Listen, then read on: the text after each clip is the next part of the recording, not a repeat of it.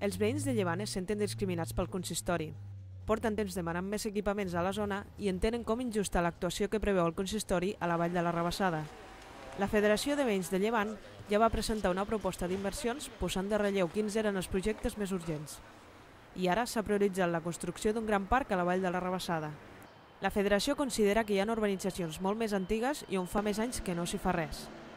Entenem que s'està tirant confeti, vull dir, nosaltres estem demanant que es comenci a projectar equipaments de futur i tal per la nostra zona, que és una zona que no en té, i l'Ajuntament prefereix renovar equipaments d'una zona que és pràcticament nova. Llavors nosaltres des de la Federació entenem que s'està fent electoralisme i no s'està treballant pel ciutadà.